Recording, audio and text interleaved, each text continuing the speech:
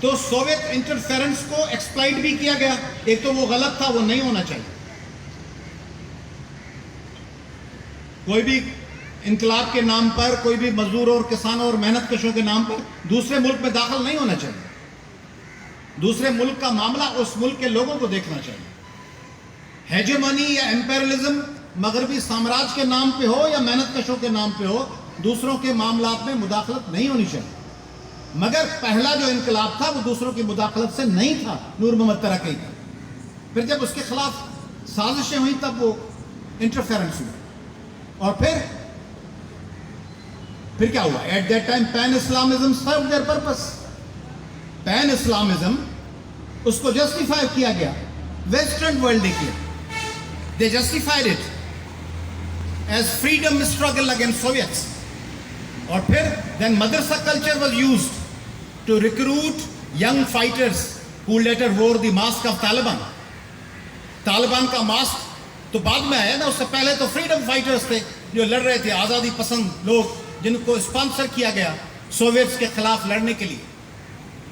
اور پھر when entire mess was there, someone had to clear up that entire mess. And who better than the neighbors next door? پڑوسیوں سے, قریبی پڑوسیوں سے بہتر کون ہو سکتا ہے؟ And we were there. So wave upon wave of homeless refugees poured into our country, seeking help that we could ill afford. ہم برداشت نہیں کر سکتے. And someone had to pay the price for that compassion. اور پھر ہم نے prize دی.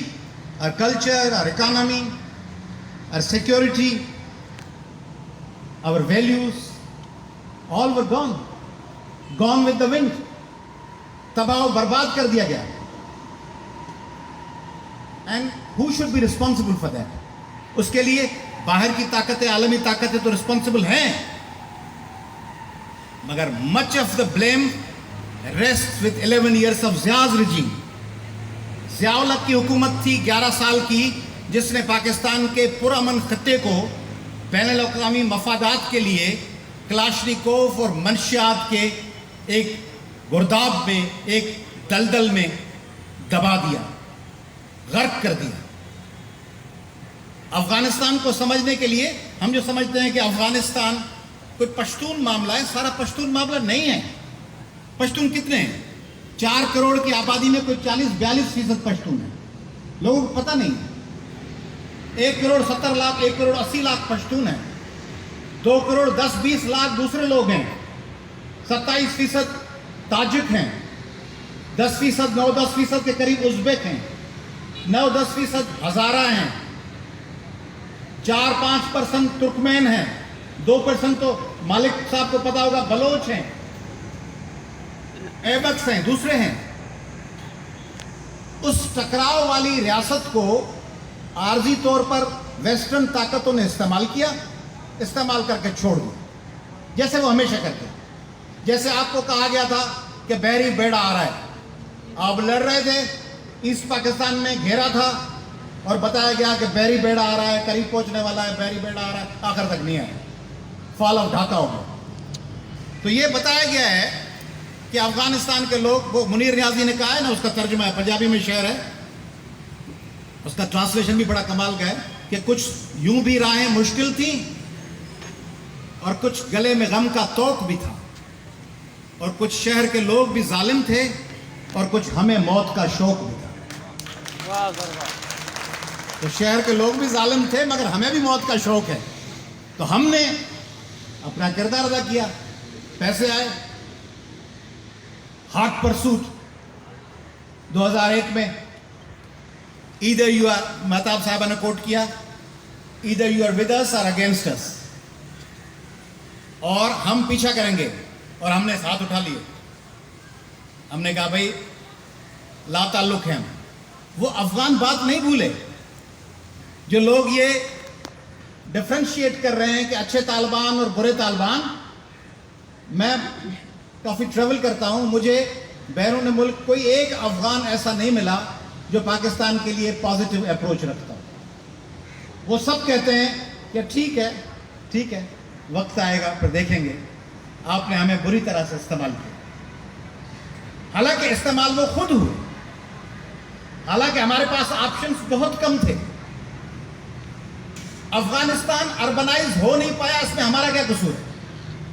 4 کروڑ آبادی، بہت زیادہ آبادی ہے، 4 کروڑ آبادی، بلوچستان کے صوبے سے زیادہ آبادی ہے، 4 کروڑ آبادی، آدھے سندھ جتنی آبادی ہے۔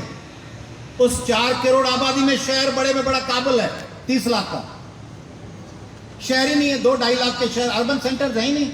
ہرات، کندوز، جلال آباد، مزار شریف، بلخ، چھوٹے چھوٹے شہر، چھوٹے چھوٹے، غزنی، 2-2.5 لاکھ، باقی سارے پہاڑ ہیں، باقی سارے ریگستان ہیں، ان میں بسنے والے لوگ ہیں، وہاں نہ اسکول ہے۔ داؤد کے زمانے میں کچھ کوششیں ہوئیں، کچھ ڈاکٹر نجیب اللہ کے زمانے میں کوششیں ہوئیں، اس کو پھر تباہ و برباد کر دیا گیا۔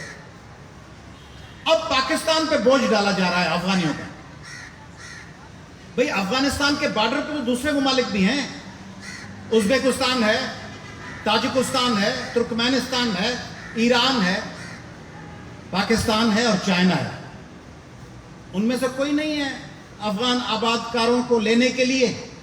گزشتہ 3 ڈیکیڈز میں 40 لاکھ کے قریب لوگ